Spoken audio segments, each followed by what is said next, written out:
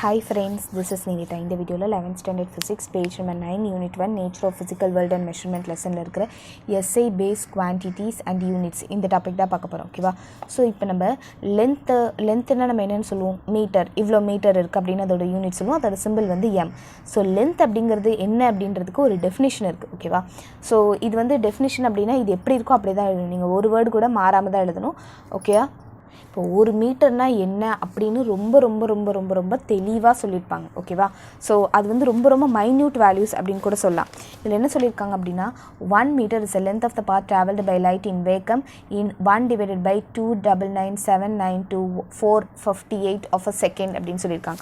அப்படின்னா என்னதுன்னா, இப்போது நீங்கள் வந்து சின்ன 10th ஸ்டாண்டர்ட்லேயே படிச்சிருப்பீங்க. ஸ்பீட் ஆஃப் லைட் என்னென்னு படிச்சிருப்பீங்க, 3 × 10⁻8 மீட்டர் பர் செகண்ட். ஸோ இது வந்து அக்யூரேட்டான வேல்யூ கிடையாது. ஓகேவா? ஸோ அக்யூரேட் வேல்யூ அப்படின்னு பார்த்தீங்கன்னா 299799245 அதாவது ஒரு செகண்டில் இவ்வளோ தூரம் லைட் ட்ராவல் பண்ணி. Can you imagine? ஒரு செகண்டில் இவ்வளோ மீட்டர்ஸ் வந்து லைட் வந்து ட்ராவல் பண்ணும் அப்படின்னு சொல்லியிருக்காங்க. அப்போது எனக்கு ஒரு மீட்டரில் அப்போ எவ்வளோ ஒரு மீட்டர் ட்ராவல் பண்ண எனக்கு எவ்வளோ செகண்ட் ஆகும்? Can you understand? எனக்கு வந்து நார்மலாக வேல்யூ என்னென்னு தெரியும். ஒரு செகண்டில் இவ்வளோ மீட்டர் வந்து ட்ராவல் பண்ணுங்கிறது எனக்கு தெரியும். ஸோ இதுதான் நீங்கள் வந்து அப்ராக்சிமேட்டாக இப்படின்னு சொல்லியிருப்பீங்க. அப்போ எனக்கு எவ்வளோ செகண்ட்ஸில் வந்து ஒரு மீட்டர் ட்ராவல் பண்ணும் அப்படிங்கிறப்ப 1 divided by x is equal to 299792458 divided by 1 வருமா? ஸோ இதை ரெசிப்ரோகேட்டாக போட்டால் எனக்கு என்ன ஆகும்? x இஸ் ஈக்குவல் டு இதையும் ரெசிப்ரோகேட்டாக போட்டிங்கன்னா 1 டிவைடட் பை 299792458. தட் இஸ் இந்த 1 அப்படிங்கிறது என்னது? இந்த டிவைடட் பை 1 அப்படின்னு வந்துடும். ஸோ இந்த 1 இந்த சைடு போச்சுன்னா தட் இஸ் இங்கே வந்து என்ன ஆகும் உங்களுக்கு? ஆக்சுவலி இங்கே வந்து உங்களுக்கு இதுவும் மீட்டர் கரெக்டாக? அப்போ இங்கேயும் மீட்டர் வரும். இதை தான் நீங்கள் ரெசிப்ரோகேட்டாக போட்டிருக்கீங்க. அப்போ இங்கேயும் மீட்டர் வரும். இங்கே இருக்கிறது என்னது? இது வந்து உங்களுக்கு எவ்வளோ செகண்ட்ஸ்னு தெரியாது. இது வந்து 1 செகண்ட் அப்படின்னு தெரியும். கரெக்டாக? இது வந்து 1 செகண்ட். ஸோ இதுவும் 1 செகண்ட். இங்கே எடுத்த மீட்டர் கேன்சல் ஆகிடும். இந்த செகண்ட் இங்கே வந்தபோது X is equal to 1 second divided by 299792458 அப்படிங்கிறது வந்திருக்கா? ஸோ அப்போ உங்களுக்கு எவ்வளோ ட்ராவல் பண்ணும் அது 1 மீட்டர் அப்படிங்கிறது என்ன அப்படின்னா, 1 மீட்டர் ட்ராவல் பண்ணுறதுக்கு அது எவ்வளோ செகண்ட்ஸ் எடுத்துக்கும் அப்படின்னா, ஒரு செகண்டை வந்து இவ்வளோவா பிரித்தா ஒரு டைம் வரும்ல, அவ்வளோ செகண்ட்ஸில் வந்து எனக்கு அந்த 1 மீட்டர் அப்படிங்கிற டிஸ்டன்ஸ் கவர் ஆகும்னு சொல்கிறாங்க.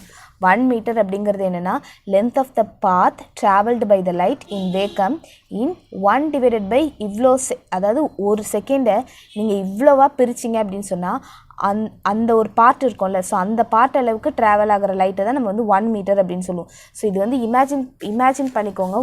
ஒரு செகண்டில் வந்து உங்களுக்கு இவ்வளோ தூரம் போகும். கரெக்டாக? ஒரு செகண்டில் இவ்வளோ தூரம் போகும். அப்போ ஒரு மீட்டருக்கு போகிறதுக்கு அப்படிங்கிறப்ப ஒரு செகண்டை வந்து நீங்கள் இவ்வளோவா பிரிக்கிறீங்க அப்படிங்கிற மாதிரி வரும். ஓகே, அடுத்தது மாஸ். கிலோகிராம்னு சொல்லுவோம். அந்த கேஜி அப்படிங்கிறது என்னென்னா 1 kilogram is a mass of the prototype அப்படிங்கிறது ஒரு எக்ஸாம்பிள் மாதிரி வச்சுருக்கிறது. ஓகேவா? ஸோ அதுதான் ஸ்டார்டிங் அப்படிங்கிற மாதிரி. Cylinder of platinum iridium alloy those height is equal to its diameter. உங்களுக்கு வந்து பேஜ் நம்பர் 16ல் இது காட்டியிருப்பாங்க. இங்கே ஒரு சிலிண்டர் இருக்குல்ல, இந்த சிலிண்டரோட ஹைட்டும் சரி ரேடியஸும் சரி சேமாக இருக்கும். இது வந்து பிளாட்டினம் இரிடியம் சிலிண்டர். ஓகேவா? 1 கிலோகிராம் அப்படிங்கிறது mass of the prototype cylinder of platinum iridium alloy though height is equal to diameter preserved at இதை எங்கே வச்சுருக்காங்களா? International bureau of weight and measures at சர்ஸ் நியர் பாரிஸ், ஃப்ரான்ஸில் வச்சுருக்காங்க. ஓகேவா? ஸோ இந்த ஒரு பொருளை வந்து ஃப்ரான்ஸில் வச்சுருக்காங்க. இது வந்து எவ்வளோ மாஸில் இருக்கோ அதுதான் வந்து 1 kgன்னு சொல்கிறாங்க. Can you understand? இது எவ்வளோ மாஸில் இருக்கோ அதுதான் 1 kg. இதில் வந்து என்ன இருக்குமா? பிளாட்டினம் இரிடியம் அலாய் இருக்கும். ஸோ இது வந்து பிளாட்டினம் வந்து இதோட ஹைட்டும் டயமீட்டரும் வந்து 3.9 சென்டிமீட்டர் சொல்லிட்டாங்க. இதில் வந்து பேசிக்காக 90% பிளாட்டினமும் 10% இரிடியமும் இருக்கும். இதை வந்து எப்போ மேனுஃபேக்சர் பண்ணாங்கன்னா 1889. ஸோ இது எவ்வளோ வெயிட்டில் இருக்கோ அதுதான் வந்து 1 கிலோகிராம் அப்படின்னு சொல்கிறது. ஓகேவா? ஸோ இந்த ஒரு சிலிண்டரை வந்துட்டு வேர்ல்டில் வந்து நிறைய இடத்துல வந்து வச்சுருக்காங்க. பிகாஸ் எவ்வளோ வெயிட் இதை வச்சு தானே அதை பேஸ் பண்ணி தானே சொல்லணும். அதனால் வந்து நிறைய இடத்துல வச்சுருக்காங்கன்னு சொல்கிறாங்க. ஓகேவா? அந்த prototype cylinder of platinum iridium alloy வந்து எவ்வளோ வெயிட் இருக்கோ அதுதான் வந்து நம்ம 1 kg அப்படிங்கிற மாதிரி நம்ம மெஷர் பண்ணுறோம். ஓகேவா? இப்போ அடுத்தது நம்ம டைம் பார்க்க போகிறோம். செகண்ட். எஸ் எஸ்ன்னு சொல்லுவோம். இப்போ ஒரு செகண்ட் அப்படிங்கிறது நம்ம வந்து சொல்கிறோம், ஓகே ஒரு செகண்ட் அப்படின்னு. அதை இன்னும் எப்படி வந்து பர்ஃபெக்டாக சொல்கிறது அப்படின்னு பார்த்தீங்கன்னா, முதல்லலாம் என்ன பண்ணிகிட்டு இருந்தாங்க அப்படின்னா, எர்த்தோட ரெவல்யூஷனை பேஸ் பண்ணி வந்து 1 செகண்டோட வேல்யூ வந்து சொல்லிட்டு இருந்தாங்க. பட் அது வந்து எர்த்து வந்து கொஞ்சம் டைம் டிஃப்ரென்ஸில் வந்து சன்னை சுற்றி வர்றதுனால அது கரெக்டாக இல்லாததுனால 1 செகண்ட் அப்படிங்கிறத எப்படி எடுத்துக்கிட்டாங்க அப்படின்னா 9,192,631,770 periods of radiation corresponding to the transition between the two hyperfine level of the ground state of cesium-133 atom. அதாவது cesium-133 அப்படிங்கிற ஒரு ஆட்டம் வந்து கண்டுபிடிச்சிருக்காங்க. ஸோ அதில் வந்து அதோட கடைசி ஷெல்லில் வந்து ஒரே ஒரு ஆட்டம் மட்டும் தான் இருக்கும், ஓகேவா. ஸோ அது வந்து என்ன செய்யுது அப்படின்னா ஒரு செகண்டுக்குள்ளே இவ்வளோ பீரியட் ஆஃப் ரேடியேஷனை வந்து அது வந்து இது பண்ணுதான். அது வந்து transition between two hyperfine level of the ground state. அது நார்மலாக அந்த ஆட்டம் இருக்கும்ல, ஸோ அந்த ஆட்டமில் இருக்கிற அந்த கடைசி எலக்ட்ரான் என்ன பண்ணுதான், அது முன்னாடி இருக்கிற ஷெல்லுக்கு வந்து போயிட்டு வருதான். ஸோ அது எவ்வளோ பீரியட் ஆஃப் ரேடியேஷனை இது பண்ணுதுன்னு சொல்கிறாங்க, 9 பில்லியன் இந்த ஒரு மெஷர் கொடுத்துருக்காங்க. ஸோ அப்போது ஒரு செகண்டு நம்ம கிளியராக சொல்லணும் அப்படின்னா நம்ம என்ன சொல்லுவோம் அப்படின்னா, அந்த cesium-133 ஆட்டம் வந்துட்டு அதில் இருக்கிற அந்த ஒரு எலக்ட்ரான் வந்து ரெண்டு ஹைப்பர்ஃபைன் லெவலுக்கு இடையில் மாறி மாறி போயிட்டு வர்றது. ஸோ இவ்வளோ தடவை வந்து ஓகே. ஸோ இங்கே உங்களுக்கு காட்டியிருப்பாங்க பேஜ் நம்பர் 17 இதுதான் வந்து அட்டாமிக் கிளாக். இது வந்து எதை பேஸ் பண்ணியிருக்கு, ரேடியேஷன்ஸ் ஆஃப் த cesium ஆட்டமை பேஸ் பண்ணியிருக்கு, ஓகேவா. இதை வச்சு தான் வந்து ஒரு செகண்ட் அப்படிங்கிறது எவ்வளோ மெஷர் அப்படின்றத கணக்கிடுறாங்க, ஓகேவா. அடுத்தது நம்ம பார்க்க போகிறது என்னென்னா எலக்ட்ரிக் கரண்ட் அப்படிங்கிறது அது ஆம்பையரில் சொல்லுவோம், ஏ அப்படின்னு சொல்லுவோம். இது வந்து நீங்கள் 12th ஸ்டாண்டர்டில் வந்து ஒரு டெஃபினிஷனாக படிப்பீங்க, ஓகேவா. 1 ஆம்பையர் அப்படிங்கிறது ஒரு கான்ஸ்டன்ட்டான கரண்ட். அது எப்போ வந்து which when maintain in each of the 2 straight parallel conductors. 2 parallel conductors வச்சுருக்காங்க, அது ரெண்டுமே இன்ஃபைனைட் லென்த் இருக்குது, ஓகேவா. நெக்லிஜிபிள் கிராஸ் செக்ஷன், அதோட கிராஸ் செக்ஷன் ஏரியான்னு பார்க்கும்போது ரொம்ப ரொம்ப சின்னது. அது ரெண்டுத்தையும் வந்து 1 மீட்டர் அப்பார்ட் தள்ளி வச்சுருக்காங்க. ஏதோ ஒரு வேக்கமில் produces a force per unit length. அது ஒரு யூனிட் லென்த்துக்கும் அது எவ்வளோ ஃபோர்ஸை ப்ரொடியூஸ் பண்ணும் அப்படின்னா 2 × 10⁻⁻⁷ நியூட்டன் பர் மீட்டர். அந்த அளவுக்கு வந்து அது தனக்குள்ள ஃபோர்ஸை வந்து க்ரியேட் பண்ணிக்கும் அப்படின்னு சொல்கிறாங்க. ஸோ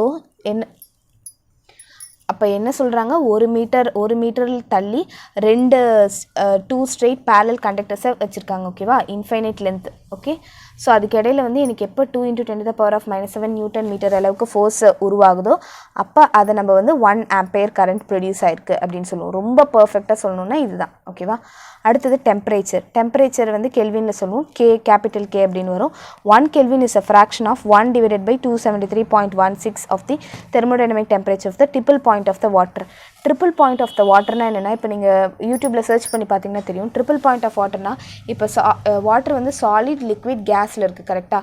இந்த டெம்பரேச்சரில் அதாவது 273.16 கெல்வின் இந்த பர்டிகுலர் டெம்பரேச்சரில் என்ன ஆகும் அப்படின்னா வாட்டர் வந்து சாலிடாகவும் இருக்குது, லிக்விடாகவும் இருக்குது, கேஸாகவும் இருக்குது. Can you imagine? ஒரு சின்ன ஒரு இதில் வச்சுருக்காங்க, ஓகேவா. ஒரு சின்ன வெசல் மாதிரி எடுத்துகிட்டு அதில் பார்த்தீங்கன்னா தண்ணி வந்து ஒரு சைடு கொதிச்சிட்டும் இருக்குது, ஒரு சைடு ஐஸாகவும் இருக்குது, அதே மாதிரி வாட்டராகவும் இருக்குது. ஸோ அதை தான் நம்ம ட்ரிபிள் பாயிண்ட் ஆஃப் வாட்டர் அப்படின்னு சொல்லுவோம். ஸோ அது வந்து 273.16 கெல்வினில் இருக்குது. அப்போ நம்ம 1 கெல்வின் அப்படிங்கிறது என்னென்னா 1 / 273.16 of the triple point of water அப்படின்னு சொல்கிறாங்க. அப்படின்னா என்ன அர்த்தம், 1 / 273.16 into of triple point of வாட்டர்னா என்னது, 273.16 or 273.16 கெல்வின். ஸோ இது ரெண்டு கேன்சல் ஆகிடுச்சுன்னா அப்போ உங்களுக்கு ஆன்சர் வர்றது என்ன, 1 கெல்வின் தானே, அதுதான் சொல்லியிருக்காங்க, ஓகேவா. அமௌண்ட் ஆஃப் சப்ஸ்டன்ஸ், மோல் அப்படிங்கிறது நம்ம சின்ன கிளாஸ்லேயே படிச்சிருப்போம். Mole is amount of substance which contains many elementary entities as there are atoms of 0.012 kg of pure carbon 12. So 1 mole அப்படிங்கிறது என்னன்னா, இப்போது ஒரு இதில் நீங்கள் என்ன பண்ணியிருக்கீங்க அப்படின்னா இதுக்குள்ளே வந்து 0.012 kg ஆஃப் என்ன இருக்குது, பியூர் கார்பன் 12 அந்த ஒரு ஐசோடோப் கார்பன் இருக்குது, ஓகேவா. அப்போ அதில் எவ்வளோ சப்ஸ்டன்ஸ் இருக்கோ அதை தான் நம்ம வந்து 1 மோல் அப்படின்னு சொல்லுவோம். அதில் வந்து எவ்வளோ ஆட்டம்ஸ் ஆர் மாலிகுல்ஸ் இருக்கும் அப்படின்னா 6.023 × 10⁻23 அவகோட்ரோ நம்பர் படிச்சிருக்கோம்ல. ஸோ அவ்வளோ நம்பர் ஆஃப் இது இருக்கும். Can you understand? அதாவது கார்பன் 12ல் உங்களுக்கு இந்த வெயிட்டில் எவ்வளோ நம்பர் ஆஃப் ஆட்டம்ஸ் இருக்கோ அதே அளவு ஆட்டம்ஸ் வந்து வேறு எதுலையாவது இருந்ததுன்னா அதை நம்ம மோல் அப்படின்னு சொல்லுவோம். ஸோ நம்பர் நல்லா ஞாபகம் வச்சுக்கோங்க, வெயிட் அது எல்லாமே இல்லை, நம்பரை பொறுத்து வரும். 1 mole அப்படிங்கிறது அமௌண்ட் ஆஃப் சப்ஸ்டன்ஸ், அமௌண்ட்னா என்னது எண்ணிக்கை, which contains as many elementary entities as there are in இவ்வளோ kg of pure carbon 12 எவ்வளோ ஆட்டம்ஸ் இருக்கோ அதுதான் நம்ம 1 moleன்னு சொல்லுவோம். அடுத்தது luminous intensity கேண்டிலா அப்படின்னு சொல்லுவோம், சிடி. 1 கேண்டிலா அப்படிங்கிறது luminous intensity in a given direction, ஒரு பர்டிகுலர் டைரக்ஷன் வந்து அந்த luminous intensity என்னது, luminous அந்த மின்ற ஒரு மின்னுகிற அப்படின்னு சொல்லுவாங்கள்ல, அந்த மின்ற ஒரு intensity of a source that emits monochromatic radiation of frequency. ஒரு சோர்ஸ், அந்த சோர்ஸ்லேருந்து தான் லைட் வரும். ஓகேவா, அந்த சோர்ஸ் வந்து எதை வெளியிடுது அப்படின்னா ஒரு மோனோக்ரோமேட்டிக் ரேடியேஷன் வெளியிடுது. எந்த ஒரு ஃப்ரீக்வன்சிலனா 5.4 × 10⁻14 ஹெர்ட்ஸ் அந்த ஃப்ரீக்வன்சியில்.